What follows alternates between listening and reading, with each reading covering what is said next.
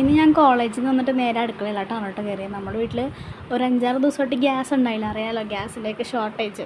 അതുകൊണ്ട് നമ്മൾ അടുപ്പിലിട്ടാണ് എല്ലാ ജോലിയും ചെയ്തെന്ന് വെച്ചാൽ, അതുകൊണ്ട് ചായയൊന്നും അങ്ങനെ വെക്കാറുണ്ടായിരുന്നില്ല.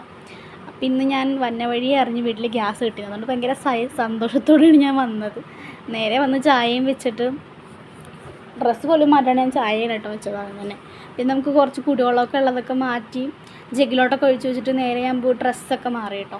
അപ്പോഴത്തേക്കും ഇവിടെ കറണ്ട് പോയായിരുന്നു.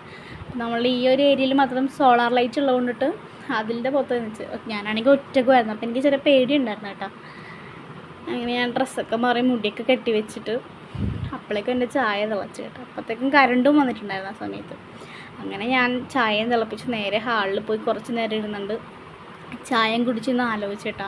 വൈകിട്ട് നല്ല ബ്ലോക്ക് ഉണ്ടായതുകൊണ്ട് കുറേ നേരം ബസ്സിൽ നിൽക്കേണ്ടി വന്നതുകൊണ്ട് ഭയങ്കര കാലുവേദന ഉണ്ടായിരുന്നു. അങ്ങനെ കുറച്ച് നേരം സമാധാനത്തോടെ ചായ കുടിച്ചിട്ട് നേരെ ഞാൻ എൻ്റെ രാത്രി കഴിക്കാനുള്ള കുക്കുംബറും ക്യാരറ്റും അരിയാൻ പോയിട്ടാണ്. ഡയറ്റ് എന്ന വ്യാജേന ഞാൻ അച്ഛനെ കൊണ്ട് ഇതൊക്കെ വാങ്ങിപ്പിച്ചിട്ടുണ്ടായി. പക്ഷേ എനിക്ക് ഇതൊന്നും ഇഷ്ടപ്പെട്ടില്ല, കാരണം കുക്കുംബർ ഭയങ്കര സോഫ്റ്റ് ആയിട്ടുണ്ടായിരുന്നു, അത് എനിക്ക് അത്ര ഇഷ്ടപ്പെട്ടില്ല. പിന്നെ ഞാൻ നേരെ വന്ന് മരുന്ന് കഴിച്ചിട്ട് ഞാൻ നേരെ പോയത് സ്കിൻ കെയർ എന്നൊന്നും പറയാൻ പറ്റില്ല. രാവിലെ നമ്മൾ കോളേജിലേക്ക് പോകുമ്പോഴേക്ക് ഒരുപാട് മേക്കപ്പ് യൂസ് ചെയ്യാനുണ്ടല്ലോ, അപ്പോൾ അത് കളയാൻ വേണ്ടി ഞാനൊരു ക്രീം തേക്കും. ഫസ്റ്റ് ക്രീം തേച്ച് കഴിഞ്ഞിട്ട് ഫേസ് വാഷ് ചെയ്യുമ്പോഴേക്ക് നമ്മുടെ ഫേസ് നല്ല ക്ലിയർ ആകും. ഫുൾ മേക്കപ്പ് അത് കഴിയുമ്പോൾ തന്നെ പോയിട്ടുണ്ടാവും കേട്ടോ. അപ്പോൾ അങ്ങനെ ഫേസ് വാഷും ചെയ്ത് സ്ക്രബ് ലൈക്ക് ടെക്സ്ചറുള്ള ഫേസ് വാഷ് ആയതുകൊണ്ടിട്ട് നമ്മുടെ ഫേസ് ഫുൾ നല്ലോണം ക്ലിയർ ആവും കേട്ടോ. അങ്ങനെ ഫേസ് വാഷും ചെയ്ത് ഞാൻ എൻ്റെ റൂമൊക്കെ ക്ലീൻ ചെയ്തപ്പോൾ തന്നെ അച്ചായി വന്നു കേട്ടോ.